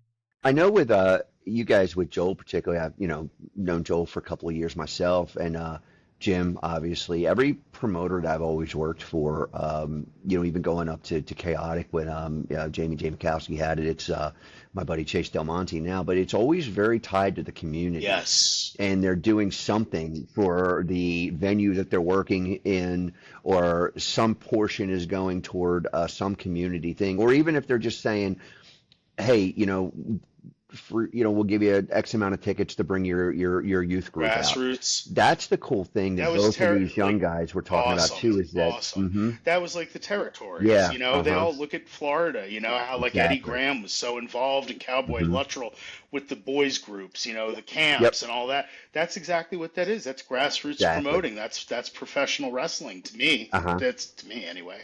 Right. That's awesome, and I'm glad that these young guys are getting more minded like that, rather than show me how to do a moonsault and I'll make $1 million and get into the movies, that kind of thing. Let me learn how to fucking lock up first. Learn how to take a headlock first. I always see these videos, like shorts and stuff from wrestling schools, and they're always doing these big maneuvers. You never see a lockup and take an arm and take the fundamentals, that everybody seems to lack now, which is what makes it look believable, is your fundamentals. No selling. They don't sell, I was told to sell is everything. It's like everything's completely backwards like now. And I mean, people can call me old. I'm really not that old, but I started young. But I was in a time when, I came in at the tail end of the territories, and there was a lot of that runoff into the independents. It was just kind of a cool thing. It would have been cool for you to have been around back then. There were some guys that should have been. Yeah. I was telling Chris Wilde recently, I said, man, it's a shame you weren't around back in the 90s or the territories where you could have made some decent money, because there's some guys that are really good still out there that have had their whole careers really. I had good chemistry with him. Great guy. I got to work with him only once in a tag match, but go ahead. I wrestled him twice for Mike Tartaglia, when Mike had his CWA. That must have been a good one. Yeah. It was really fun. It was actually really funny because I was telling Howard this. Zanoia was putting together the matches, and he said, well, hey, you're going to wrestle Wild. I was all excited. Okay, cool. I'd wrestled a few Super 8 competitors. I never considered myself that wasn't really my style, but what I've learned since then, and looking back, I was kind of the guy that could get them to the Super 8. You know what I mean? I was the guy they'd wrestle to get there, so it was kind of funny, but this was after he was already into Super 8, but we ended up having a really fun match, and I don't know, for whatever reason, I decided I was going to use the figure 4, and it wasn't because it wasn't on TV. Nobody was using it at the time, and I used it, and Joe loved it. And subsequently, we ended up finishing, because we didn't know, there wasn't any plan. It was just a one-off match. Hey, guys, this is what we want from you. As I was telling Howard, we got our direction. Go do what you got to do. You're this place on the card. So within the confines of the show, we didn't have any other boundaries, right? We weren't going to work again. So he submits me. Okay, man, I submitted. That's the ultimate finish. We're done. Cool. We had our one match. We went back. We shook hands. Joe says, hey, I'm going to put you guys again together next month. And I went, we just, so I was so bad. I was calling Chris on what are we going to do? This doesn't make any sense. How am I going to do? So, I ended up, I don't know if anybody knows this, but I ended up, Jim was out of wrestling. He had sold the company, but I called him and I was like, I am stuck. What do I do? And he laughs and he goes, I said, Jim, I don't know what to do without you. I don't know what to do. And he said, it's easy. And he's teasing me. Oh, it's easy. I was like, well, it's not easy, because I wouldn't be calling you if I didn't, what am I going to do? I submitted already. What do we now have, a submission match? He's like, no. Attack him backstage. And Joe gave us That's awesome. carte blanche. Hey, you guys got to do what you got to do. I said, hey, can we do it was so funny, because that's the only thing that got us back into the match. Yeah. So I attacked him with a chair, which gave us a reason to come back and have another match. I lost the other match too, but Right. I always joke with Chris though, Howard, is he he is he's not a small guy. He's a very stocky guy. He's got a good amount of muscle on him, but he's not like a huge guy. He says, I'm coming off the top, just like Cheetah did to you. He said, I'm coming off the top rope on you. And I went, okay, cool, I got you, man. I'm there for you. Dude, I thought a train hit me. It was like, I mean, full on, no feet hitting the ground, no, me just like a dummy. Oh my God. And oh God, that looked great. And I was like, oh, I'm sure it did, but it didn't feel so good. Wow. That's the life of being a wrestler, Oh listeners, man. is it looks great from the front row, but it does not feel good. But that's my Chris Wilde story. That's Chris is cool. a really cool He's a guy. real So we talent. had a lot of fun, but I didn't know what that. I remember Oh when he God, was yeah, just a little yeah. kid, and it's like now he's, you see him he Hmm. just did a big cage match last weekend for 1CW against Yep. James Ellsworth, and I'd love to see that one. Yeah. Now those are I saw a couple like pics. Chris Wilde. You said he's not the biggest guy, but look Hmm. how he's slapped together. He's athletic and he looks, He's built. and he's really Yeah. put together and he can fly and he's a real good talent. And um, I'll tell you something just real quick. Um, as far as the booking Hmm. and stuff we were talking about, one of the weirdest situations that I Yeah. found myself in was I was in a feud with Mike Quackenbush at this Okay. promotion called PWE that ran in mostly Central PA, Western PA. I It was remember Johnny that. Graham and Tiffany Monroe, and great promotion. I Hmm. love working for them. But Mike Quackenbush and I were feuding, which is kind of odd to begin with. But we had some fucking great Yeah. matches. And then our blow Oh, off, I bet. was, picture this, me and Mike Quackenbush in a chain match. So, Are you and we were like, serious? I thought of Wow. this when you were talking about talking to Jim, and I was like, what the fuck are we gonna do? And and we came up with it, and I'll tell you, man, it worked. The crowd was really into it, and Hmm. we made it make sense. When you're given certain things like Hmm. that, and your creativity is allowed to work. And I always liked working Yeah. with him. He Was was that your great. idea for the blow off, No, or, no, it was the was that your promoters. idea No, for the blow off? Johnny Graham wanted Okay. that, and we did a Okay. whole angle with it and the whole 9 yards. Wow. Yeah, it was, but it came out really good. I was surprised.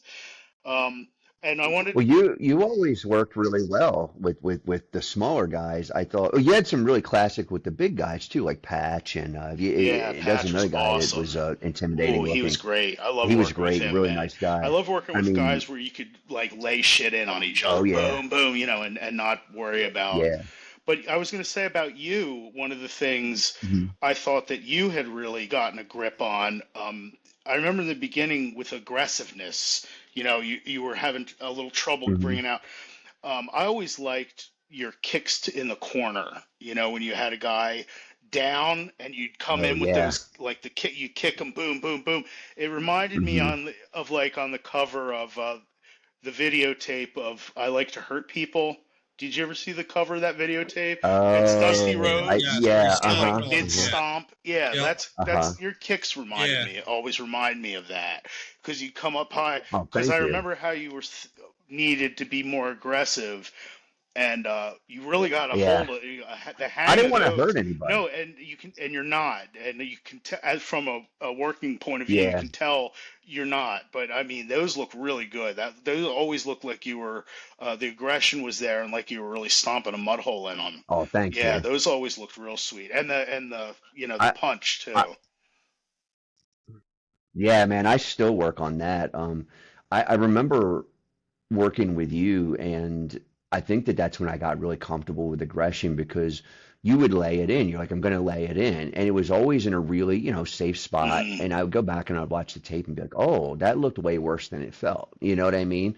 Like, so, okay, now I understand that I'm not going to cripple somebody if I lay something in a little bit. Yeah, Took a while. It took a few years, and few years matches with guys that were better than me and had more experience. yeah, A lot of practice. Jim would pull us aside, Howard, and he would say, "I need you to.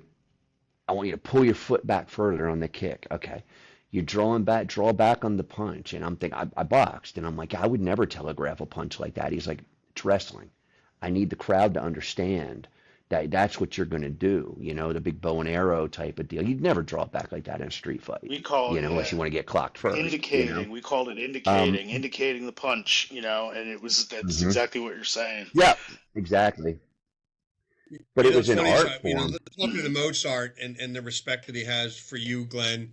We were talking about, and again, it's not that I don't believe Mozart, but I want to go back and see what he's seen and telling me. And he's like, Glenn's the kind of guy that could have you, me up on the guardrail and lay in a punch and not really contact me, but you sitting 2 feet away can't tell. So I'm like, let me take a look at this, and I'm watching, and I can't remember who you were wrestling, but it spilled outside, and you weren't at the guardrail, but you were close, and I'm like, they're beating the shit out of each Thanks. other, like, Yeah.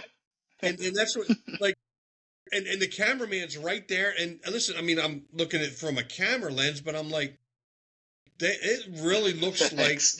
like Glenn broke that dude's Thanks. jaw. It's how you're trained. I think it really goes back to your training, and just having been a fan, and like Jim Cornette says, knowing what this shit's supposed to look like, and practice, a Hmm. lot of practice, and being told when you're, learning that when you're out in front of the people, you got to lay it in, you not to kill, but to lay it in. Right. And some guys just Right. work that way. Some guys are just a little like, I worked Bob Holly a couple times, super nice guy, but Hmm. snug as hell in the ring. It's just his style, you know. But some Yeah. guys are like that, and then some guys are light. And I kind of learned both. And yeah, when you're in front of the people, though, you have to make it Yeah. believable. It's kind of like doing close-up magic, I guess. It's kind of like the nearest Yeah. thing, Hmm. to drag someone right up to the guardrail right in front of someone, bam, and stuff like that. Yeah. But it's That's the one you taught me. You said, I'm going to take you right out to the crowd. I'm yeah, going to put you right over that guardrail so they can see. And it's so close that if you're not right on, yeah, they're going to see yeah, everything. yeah.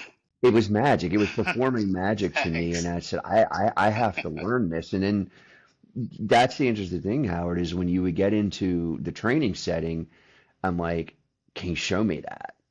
And then we start to work, and it's repetition. It's repetition. It's start off with nobody in that, because Yeah. it would be the headlock punch. Start off with nobody Right. there. And there were all these like little nuances that make it really cool. When we were But go ahead. I found that years later. Oh, go ahead. No, I found that years later when JJ had asked me to train JJ Johnston, for any of our listeners who ran Right Coast Pro, Hmm. really cool, kind of a predecessor with what the original ECWA was, until Ryan kind of took the reins again. And believe me, I loved, Mike Tartaglia and I got along great, but Mike took it in a little different direction. It was kind of strange for a minute to me, but um, we were kind of the predecessor at Right Coast Pro, and he said, "Well, you train everybody." I said, "I don't know how to train people." Well, you know how to wrestle, like your fundamentals are pretty good. And I was like, "Yeah, but I don't know how to train people." So then I wanted to learn how to train people, and that was one of the most fun things to do. Is once we get the fundamentals down and we're doing headlocks, and you can do all the basic stuff to do tackles, drop down. You don't even see a tackle drop down leapfrog anymore, but I might call that next Yeah, next that's match for you, crazy Howard. that But wow.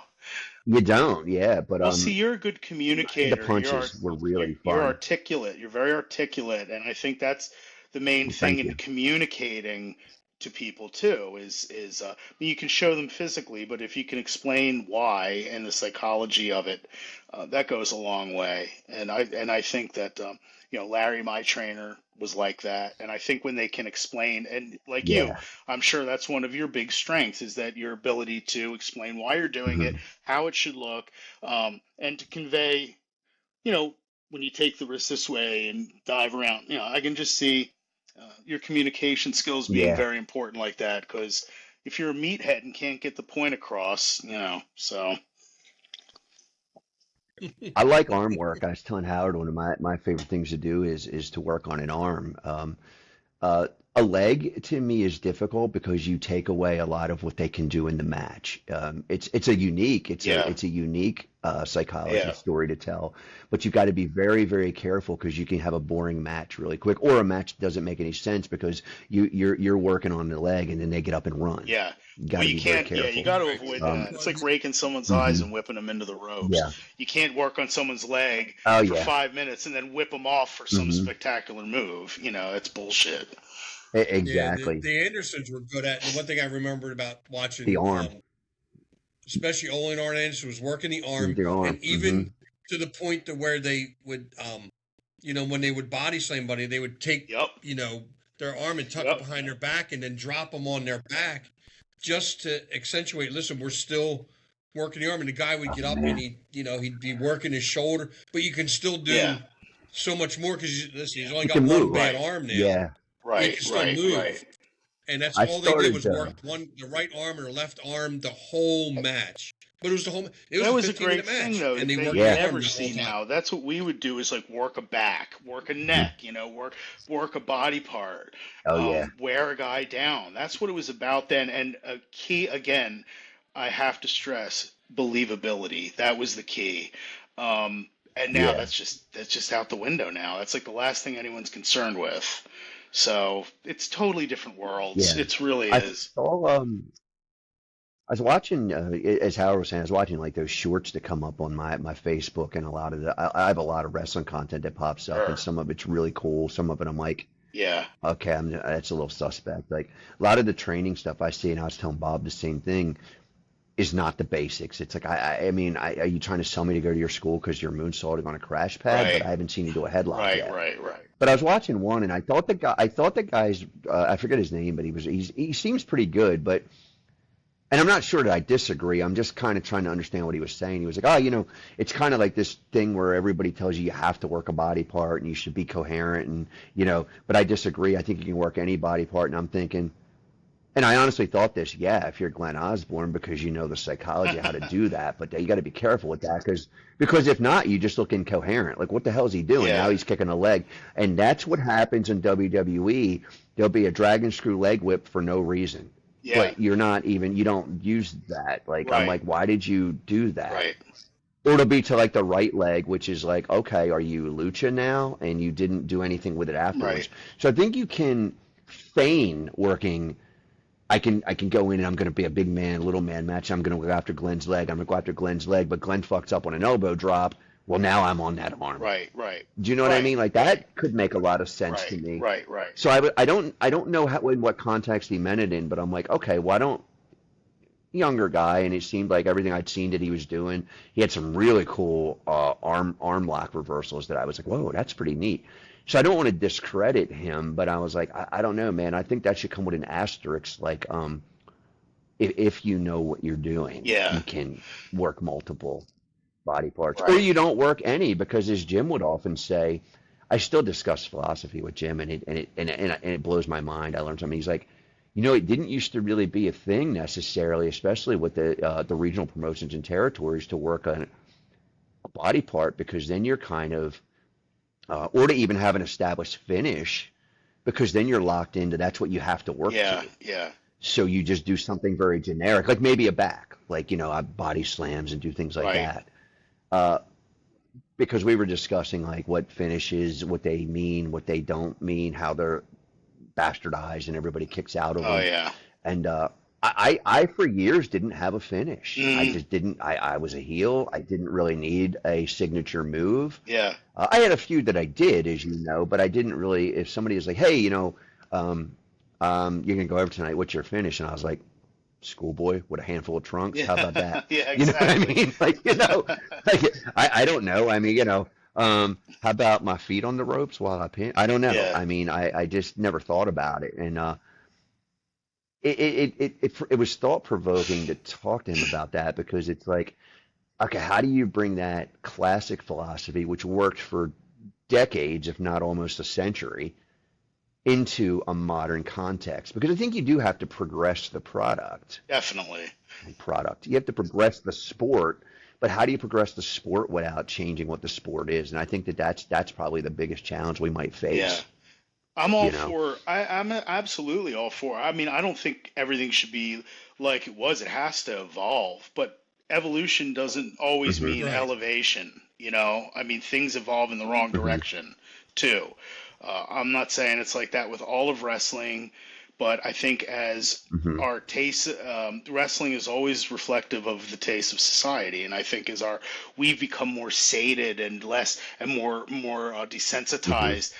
I mean, that's really the only thing we can do is either that or just really start. I think if one of the majors, because that's what people see, honestly. I mean, I'm a huge Yeah. supporter of the independents, Yeah. but that's what people see. Um, if they Hmm. started taking it seriously again, and if they started presenting it with more believability again, you can keep the hot people and all, just let them, just train them for real. If they can't do it, toss them. If they can, let them work. But if they started Yeah. in, and I'm not saying we can snap it all the way back, but start instrumenting a little bit more. To my definition, professional wrestling, real professional wrestling, needs some kayfabe. There needs some environment of kayfabe for it to be presented in. If it's something Yes. being presented with no kayfabe at all, it's not professional wrestling. Then it's something else, at least by my definition. So Hmm. if they started just kind of putting shades of some a little bit back, start bringing the doubt back a Hmm. little bit, maybe. Um, Wrestling could be brought back tomorrow if the major promotions decided to present Yes. wrestling, but that's not, what's happening. We've come way past that point. But I don't think that wrestling fans, really know what pro wrestling looks like. I don't think the people in it really know what pro wrestling looks like. Um, that again, my take, my opinion, and again from Hmm. uh, I was in it long enough, I think, to have an Yeah. opinion. So it basically that's it. Sure. I think we could bring back professional wrestling as fast as the big leagues wanted to do it. But as long as it stays more something people have to dig for, people are generally lazy. They're not gonna. They have to really like it to go digging Right. deeper. Music's largely the same way. You can listen to pop music, or you can dig It's, deeper and find something with hmm, more meaning. Same with wrestling. You can watch the pop stuff yeah. on TV, or you can dig a little deeper in a good promotion and find some good stuff there. So I probably should have left breadcrumbs before I started down that road. Where the No, hell? that's right. It's the What rabbit were we hole, As we man. talking? That's wind this what we up Where here. do, were we you on? know? Oh yeah, Braun Strowman. Yeah, so that's yeah. I agree with you, Mozart and Howard. I think we're all Yeah. very similar mind on this stuff. Have you seen this is an interesting point I was going to mention earlier. Have you seen the food show that Braun Strowman No, does? I was like watching it one night. It's fantastic. He's really? got charisma. I'm thinking Yeah. he's got more charisma than three-quarters of the guys that they didn't Wow, let go. Why is he? I mean, he's just a fun guy. He's walking in, he's having fun with the restaurant people. He's that's huge. cool. I dig. He'll go into the kitchen and he helps the chef do a dish, and then he eats it. He orders everything on the Wow. menu, and he tries it. Yeah, so it's. I like those type of shows anyway, like those off the wall like Yeah. cooking shows, like where they show up at these dives or whatever. I don't know why it's like Weren't a you guilty stalking pleasure, Ina Garten but for a while? I'm like, that was me, right? Something was digging up her garden. Yeah, it was like. Go ahead. No, no, no. I'm the guy that streaks at Yeah. Olive Garden. Remember? No, just, I'm only Oh my. joking with you. But yeah, it was. I was blown away. I'm like, wait a minute. He's not working there, and he's Yeah. big. I don't know. Something's weird. I mean, there's politics Yeah. involved too that I'm way unaware of. I'm Yeah. sure, but again, I look at a guy like that, and to your point, I feel like I could have a great match with him because I really liked to work guys of different styles. Like I would very much enjoy one month maybe I'm working with the SAT, the Smash Announce team, and Hmm. or Quiet Storm or one of these guys that has a really aerial style, and then maybe I'm in the ring with you or Blue Thunder. So that you go through the whole gamut of power guys, the power guys that are different. Like you were more technical than Hmm. Thunder.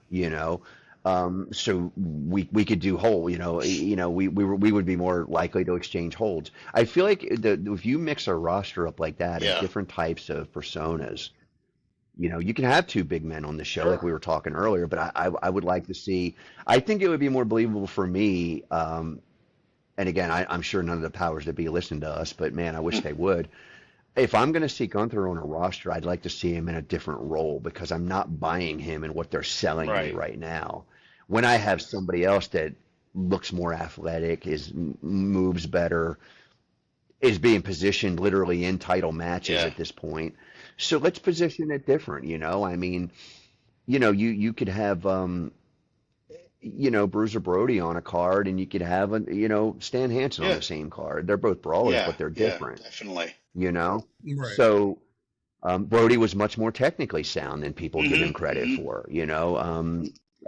Frank wrestled a little bit of amateur, and he Yeah. played football. Yep. So Hansen was just a bruiser. So although what I'm trying to articulate to the listeners is that although if you go back and watch those two guys, they might on the surface seem like the same persona. Mm-hmm. They're not.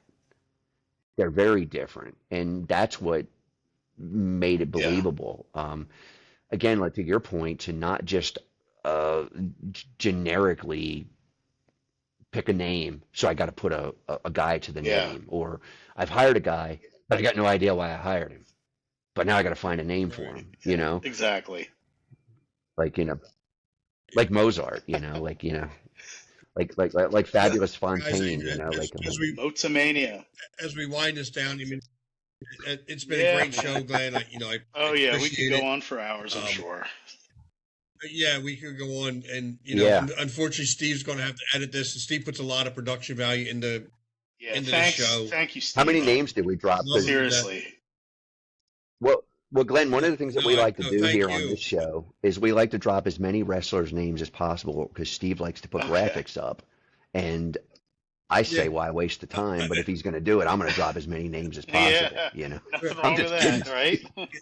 And I love Yeah, I love that you dropped the documentary. I love to hurt people. I'm wondering if we'll be able to Oh, find yeah. a graphic Yeah. for that, Yeah. On the Oh, internet. he's probably already That's got a it. classic. Yeah, Great, he's yeah. working. He's Yeah. working Yeah. diligently. Yeah, if you Yeah. ever wonder what Mozart Mm-hmm. stomps in the corner, it's kind of like Dusty on the cover of that, big up in the air, whoom. Yeah, good stuff. Yeah, I probably took it from Dusty. I'm not going to lie.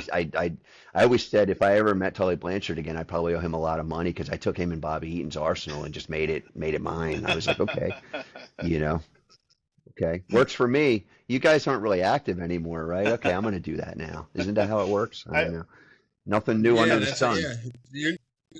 They're not. Yeah, they're not using it. So just take it.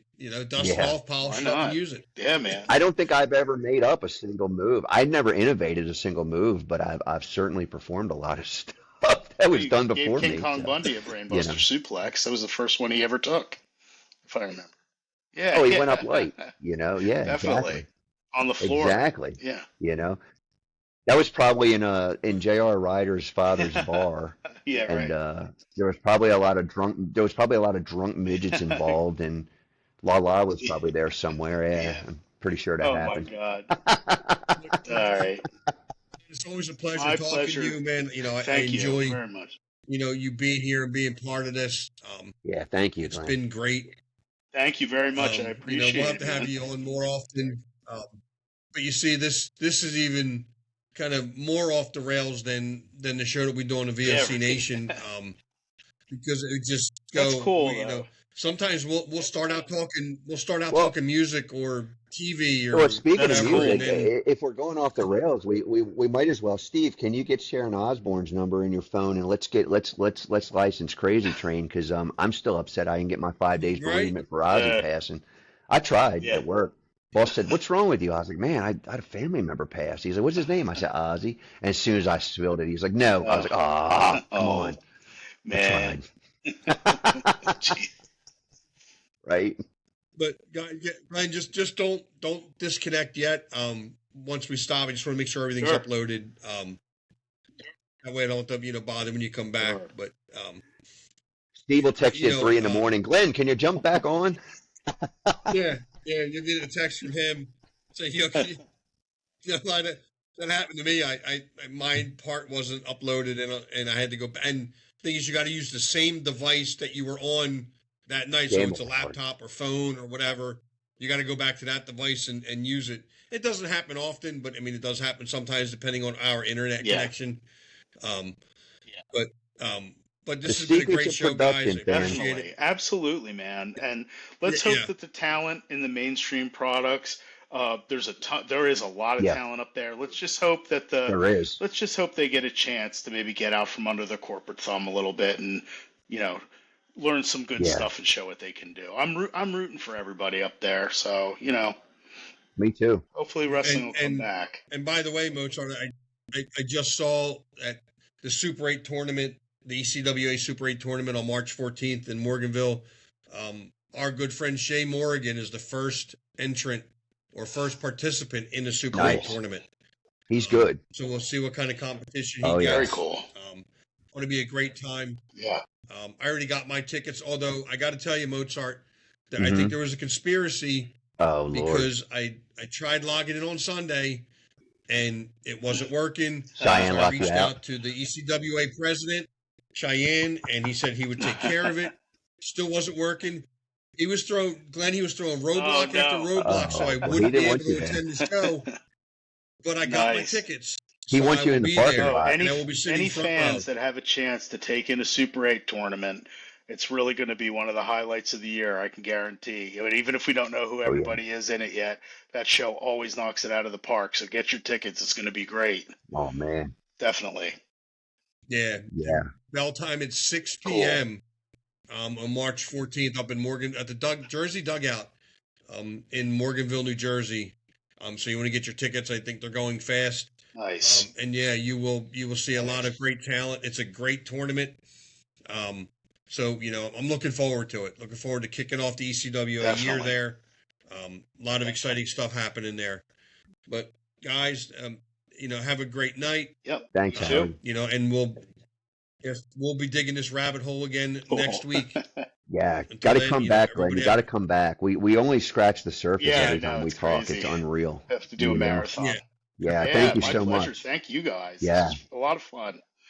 Yeah, you're Cool. welcome, man. This is cool. All right. Thanks. All right. Thanks, guys. See you Have a guys. good night.